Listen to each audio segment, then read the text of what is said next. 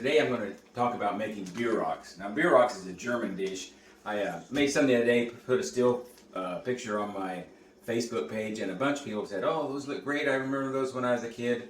And I work from the Midwest, and it's kind of a common dish around here, and a lot of people ask for a recipe. So this is going to be my short version of a recipe. I looked online and I saw some recipes and some people showing on YouTube how to do BIEROCKS. This is just going to be a short video, give you the basics, and then we're going to be done with it. All you need for this, I went down, and the ones online, they all have these fancy bread making machines, and they knead their dough in these mixers, and that takes so much time.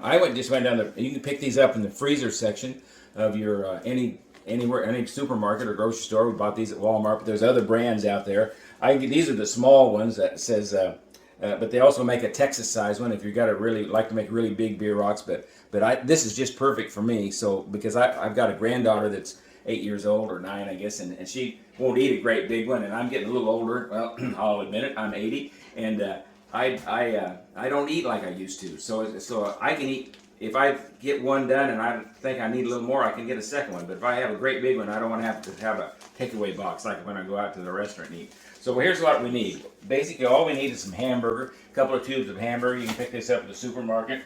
I picked these up from a neighbor kid. He came by selling different kinds of meats to support the Boy Scouts. Or I think it was actually Future Farmers of America. So I got some sausage patties in here. You can go to the supermarket, pick up a tube of Jimmy Dean or any other sausage, breakfast sausage, and that'll work just fine too. I got a couple of onions. I'm going to chop these up. I got a head of cabbage, and these rolls, I took them out about 4 hours ago, and I set them here, and they've risen up. Now I'm going to show you how to make the filling. Then we're going to roll these in the pouches, and then we're going to make BIEROCKS. It won't take that long. Okay, I've got my meat in my skillet, so I'm just going to chop this up. These are my sausage patties. You can see them. Get up here a little closer, and then I'm going to chop those up, and I'm going to let this just cook a little while. Then I'm going to put now I'm not much on measurements, but you just kind of have to do by taste. So if you guys that out there have to know exactly how much of everything, I'm just going to put a good healthy bit of black ground pepper in here, and pepper's an important ingredient in here. And then I'm going to take and put a little bit of salt in here. I'm going to open this up, and then about yay much salt, and a little bit extra. There we go. And we're just going to let this cook for a little bit, okay? And I'm going to add some onions to this, and we're going to cook our cabbage, and then we'll have our filling all made. Simple, okay. Okay, my hamburger and my sausage is coming along nicely. Now if you look down here in the front edge of this skillet, let me pull it back for you. See all that grease? We don't want that in our BIEROCKS. So we're going to pour that into a tub. So I got a tub right over here in the sink. And wait, let me get a lid out. Because if you don't have a lid, you're probably going to spill it all over you're going to lose a lot of it. So I'll get a lid. And then I just pour that grease right off into a container. And this grease is not going down the drain. Anybody who's ever had a grease stoppage in your drain, you know that you don't want to do that. So now I'll have my cameraman, that'd be Annie, my wife, take a look at that grease. We don't need all that grease in our BIEROCKS. Okay? I got my grease drained off. Now I'm going to put my onions in with my hamburger and my sausage. Okay? And then we're going to just saute these a little bit. And then I'll show you how to do the cabbage. It's real simple. The simple part is not having to make bread dough. That's what makes this recipe just so good. Now, again, if that's 2 whole onions, big onions, little onions, whatever you like, then how much meat you put in kind of depends on how many you're going to make. But I might have some fillings left over. I don't know. But if you got to have the exact measurements, I'm winging it. I was a cook in the Navy for 4 years, and when I was there, I had to measure everything. Everything had to be exactly right. Then I owned my own restaurant for a number of years, and there we got to be really creative. And I learned to just not spend so much time measuring and just spend more time cooking. So anyway, we're going to let those onions saute for just a little bit, okay? We're going to cut up our cabbage. So I like to just split them in half like this, and helps if you got a good sharp knife. Just cut them in half. Oh, it's a tough one, okay? And then we're going to cut that core out of there, because that core is, everybody Anybody's ever cooked a cabbage knows that core is that's good for something else, not for any kitchen meals though. And then I'm going to cut this core out. Okay. And then I'm just going to cut this cabbage up. I'm going to shred it, and it doesn't have to be real small pieces. And in order to keep this video short, I'm going to go ahead and do it all, but I'm going to cut it like this, and then I'm just going to cut across those slices. And then I'll show you what I do with it after I get all the rest of that cut up. Okay? I've got my onion sauteing along with my hamburger and my sausage. I got a little salt and pepper in here. But a really good cook, they don't wait until they get done to taste things. They taste as they go. So I'm going to take a little taste, and it's really starting to shape up nice. But I think it just needs a little bit more black pepper. So we're just going to give it another little sprinkling across the top. Now that'll all blend in. Now we at our age, we're on high blood pressure meds, so we're not going to put too much salt in here. You can season it to taste. So if you like more salt with your food, you can do that. But I think for us, this is going to be plenty. Okay. Now I got a whole head of cabbage here. I want to take this cabbage out. I wish I had a little bit bigger stock pot. I'm going to put my cabbage. Whoa, I'm making a mess here. I'm going to put this cabbage in my stock pot. And then what I'm going to do after that. Now this cabbage is going to cook down, way down. So then I'm going to take my meat here, and I'll have my wife come around to the other side here, and I'm right-handed, so I got to do this on the right-hand side. And then in order to make this a short video, that's too much stuff for my pot, but that cabbage is going to go way down. You'll see in just a minute. So I'm going to do that. Then I'm going to put a couple of cups of water in that. Then I'm going to simmer it on low for maybe 20 minutes, and then we'll see what it looks like. And this big one right here. I'll get a couple of cups of water. Well, I have this on hot a little bit. I'll just put hot water in there. It won't take quite so long to get going.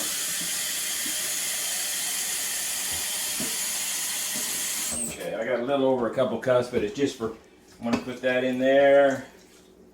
Then I'm going to put this right back over the fire. And I'm going to gather up all this stuff and put it back in there. And then we're going to be... Okay, I've got everything in my stock pot here. I got the cabbage in, I got the hamburger, the sausage, the onions. And then I've got the water in. I'm going to let it simmer. Now we're going to put a lid on it. And then just let it simmer on low. I got it on medium. After it gets up to get the water go rolling, then I'll turn it down just to a simmer. And we're going to let that simmer. And I'll get back with you as soon as this is done. Okay, it's been about 20 minutes. I'm going to check my brew here.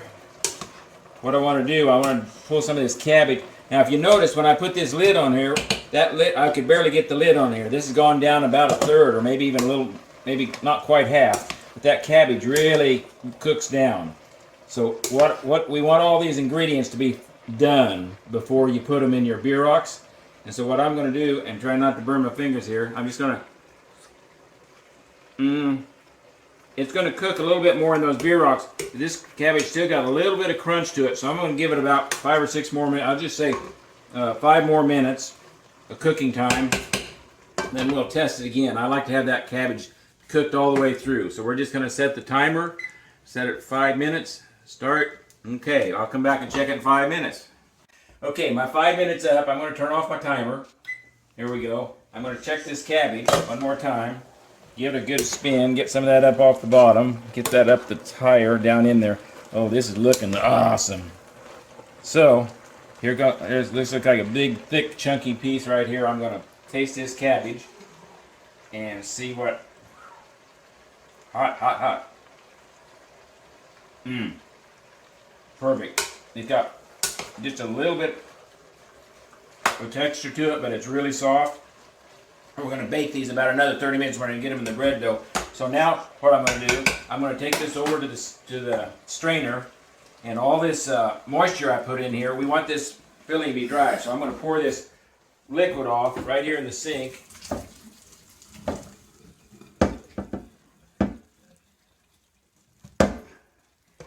And then I'll get that mixed up really good. I got more stuff here than my colander will hold. Let me see.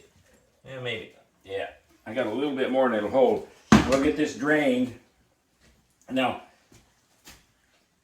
I kind of messed up a little bit because my bread dough looks like it's ready, and this filling has to be cooled down. So I'm going to spread it out on a cookie sheet, and I'm going to put it out in the garage. It's kind of a cool, it's February, it's a cool day, and it'll cool down real quick. So I'll be right back.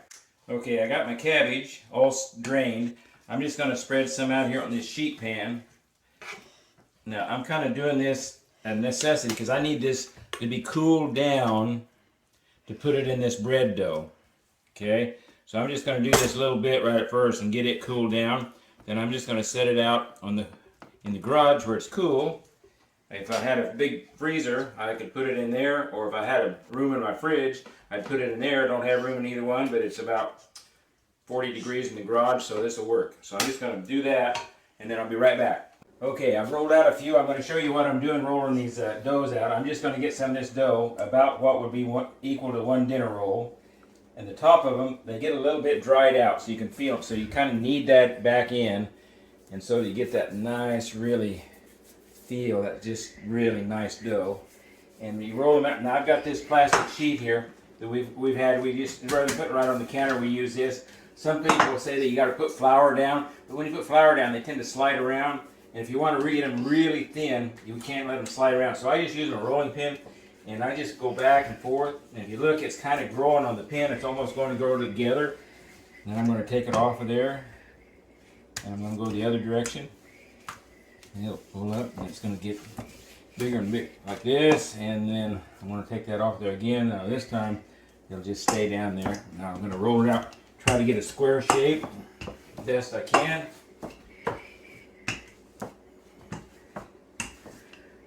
Rolling a round ball of dough into a square shape is kind of tricky. Now I got a a fourth of a cup measuring cup, which is about right size for these small BIEROCKS.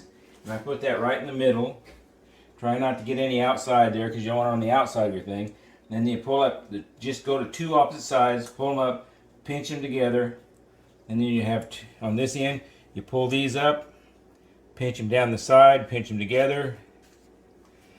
On this, you do the same thing, pull it up, pinch this side together. Now sometimes I put a little bit of mozzarella cheese in there, but I didn't in this one. Doesn't really seem to affect the taste that much, but it's just a nice little extra. Then when you put them on the sheet pan, you turn them upside down. If you got a little corner sticking out, you put those in, and you see you got these nice little squares. Now they're going to puff up a little bit more before you get them in the oven. And that's what a BIEROCK should look like. Okay, I'm going to do one more for you here. It's a little bit of different variation. It really doesn't matter. These are all to taste. So I'm going to put another fourth cup of BIEROCK filling in here. My sausage.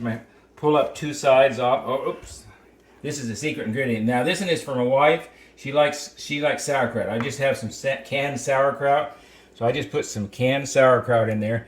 Maybe a little bit more. There's kind of juicy in the can. I should have drained it. Won't put that there. And then I want to put in a little bit of mozzarella cheese. She likes that cheese in there. And then when my fingers are dry, let me dry them off right here.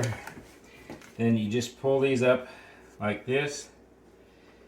It's hard to do this if they're wet fingers. Pull this up to the center and seal down this side. Seal down this side. Pull this up to the center. So you got like four corners going down, a square, sort of a square. So now this is going to, on the pan, this is going to look just like every other BIEROCK on there. So I don't know if this is going to work, but we're going to try this. I'm going to take a toothpick, and then when they bake, this one with a toothpick, we're going to know that's got sauerkraut in it. Because I'm not a fan of sauerkraut, but my wife loves it. So she'll say, that's for her. Okay, I got my first sheet pan full of BIEROCKS ready to go. I got a little melted butter, just did it in the microwave. Got a little basting brush here. I'm just going to put a little bit of butter on each one of them. Just make them brown nice. We're going to put them in the oven 30-35 minutes. Do 30 minutes, check them. If they need a little more browning, just give them a little bit more time. Kind of see what they look like. And that's at 350 degrees. And should come out perfect. Let's see, did I hit all of those? I think I did. Okay, here we go. We got And these two with toothpicks in them, remember those are from my wife. They got sauerkraut in them, and I'm not touching them. Thank you.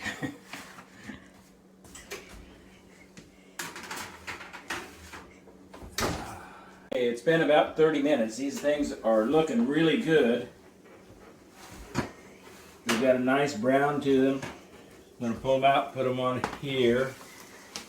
And then we're going to take and you can see I got another pan of them in here. I'm going to move those up to the top shelf. And I got another pan just about ready to go in. And I'll slide in underneath. And I'm just going to give these a real quick, just a real light basting of butter. And then let them cool. These things freeze so good. They just pop in the freezer, and when you want another one, you can just pop them out. Now if you look at these, you can see the difference in size of them. Let me show you real quick. This is what they look like before they went in the oven, and this is what they look like when they come out. So they do grow a little bit, but it's mostly the yeast dough that raises up. So there you go. Now, see, I got a lot of filling left here. So that we can put that in a Tupperware container or any kind of container, pop it in the freezer, and then you can throw it out. It'll just be perfect for the next time you want to make them. So you've already got that done. Okay, the last pan is coming out of the oven right now. So I'm going to just baste these real quick with a little melted butter. And this is, now let me tell you about why this is such an easy thing to do, making homemade BIEROCKS like this. If you make your own bread dough, which you can, I spent $4.83 or 87 cents at Walmart for a package of Rhodes. There was 36 rolls. I ended up with 32. I borrowed a little bread out of a couple of them to make them a little bigger. But for the lack of the mess, it's worth so $4.80 some cents to not have to get out the flour and the salt and the yeast and then mixing and kneading and raising and letting it rest. It takes hours. And look at me, I'm perfectly clean because I didn't have to get out all that flour. My kitchen is clean except for a few dirty pots and pans, which you'd have anyway. So this is a simple way to make BIEROCKS. They're delicious. Go for it. And they freeze beautifully. These will go in the oven. These will go in the freezer. And when you want to take them out, just pop them in the microwave. Heat them up. I don't know the time on them. You just have to see what works. But they're so good. And I'm going to show you how this little sample of them. Indescribable. They're so good. And try them. You'll love them. It doesn't seem like they'd be as good as they are because it's so simple. Have a great one.